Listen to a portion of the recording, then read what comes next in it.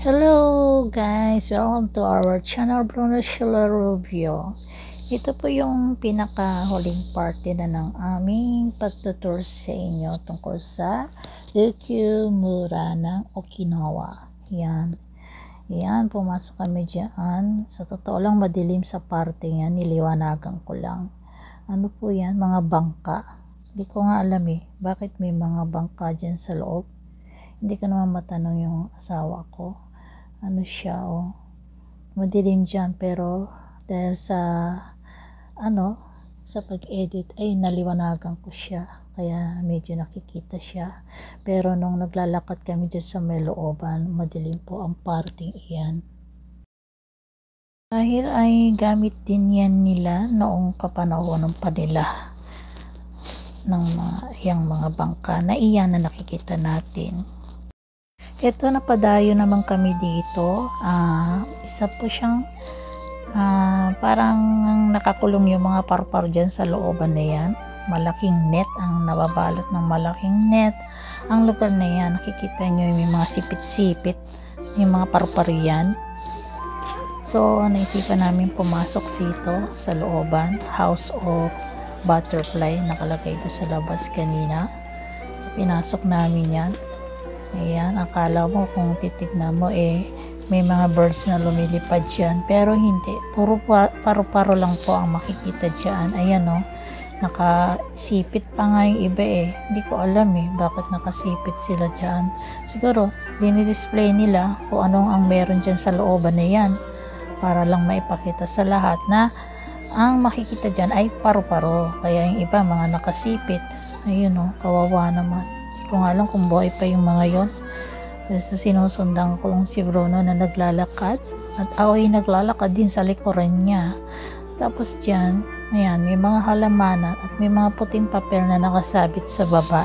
Ano yun yung kumbaga pagpupunta ka sa temple at magdadasal ka, tapos bibili ka ng mga parang yung sa horoscope ba.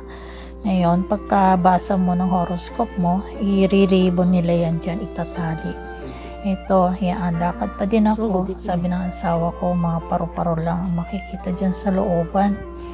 Kaya, ang bigat pa nga ng kortina dyan Ayan, parang uod pa siya sa umpisa.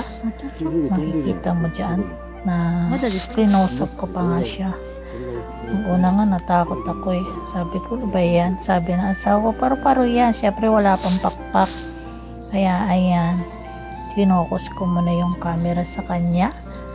Dapat pa nga mas ipopokus ko pa lalo ng mas malaki, kaya lang baka mamaya lumipat na sa akin yung higad na yun. Kaya yung mga paru-parong nagkaroon na ng pakpak, sila yung nagsisiliparan na. Ang gaganda nila nasa tapat ko lang yan, binibidyo ko. Tatakot nga ako kasi baka mamaya lumipad sa akin, sa camera ko o sa mukha ko ba. Saglit lang. Pagmasdan nyo muna po ang paligid at para huwag kayong magsawa sa aking boses.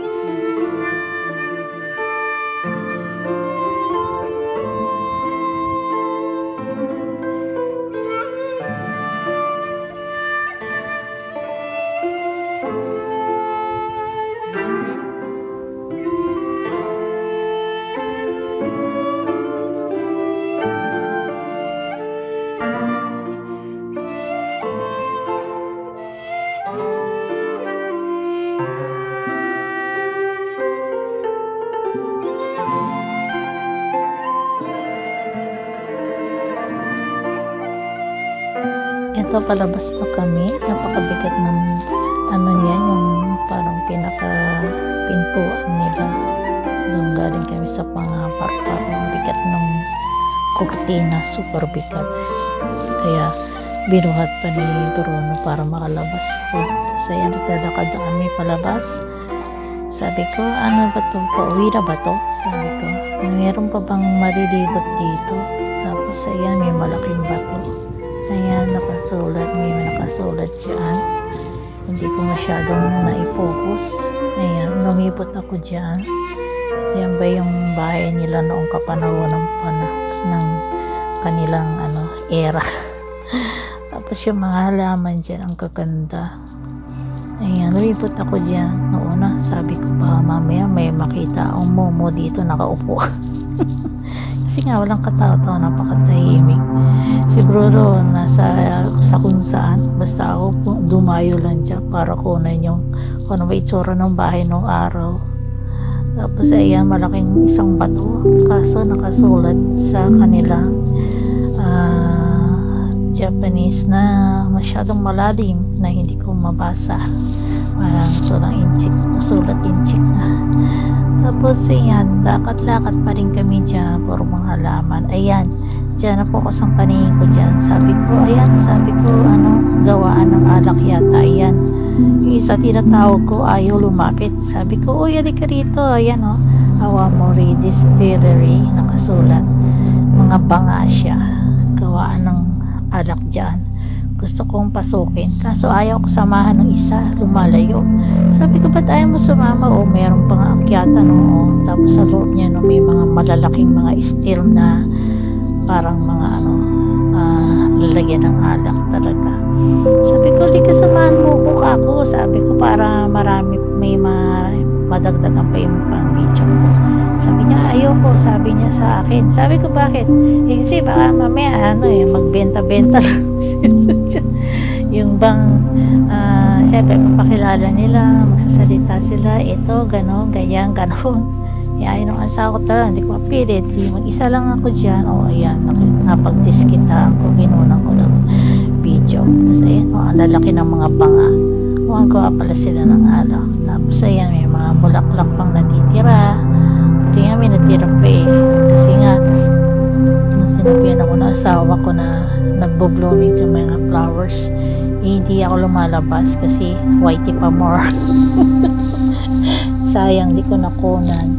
Doon sa aming lugar, doon mismo sa aming talagang tirahan, doon talaga ang masasabi mong Japan talaga. Dito sa Okinawa parang di na to parte ng Japan kasi nga kainitan na dito, samantalang doon sa lugar namin taglamig pa dito, tag-araw. Ayan, lakad-lakad pa din. Tapos ayan, medyo malapit na kami dyan sa palabas. Yan din yung dinaanan namin papasok. So yan din ang dinaanan namin palabas. Ayan, may mga dyan picture, mga isda, iba-ibang klase na makikita mo sa dagat. Ayan, di ko alam kung bakit yan ang naging dyan, kung bang ginawa nilang pang bills. Ayan, mga nakaukit na mga isda. Hindi naman totoo siguro yan.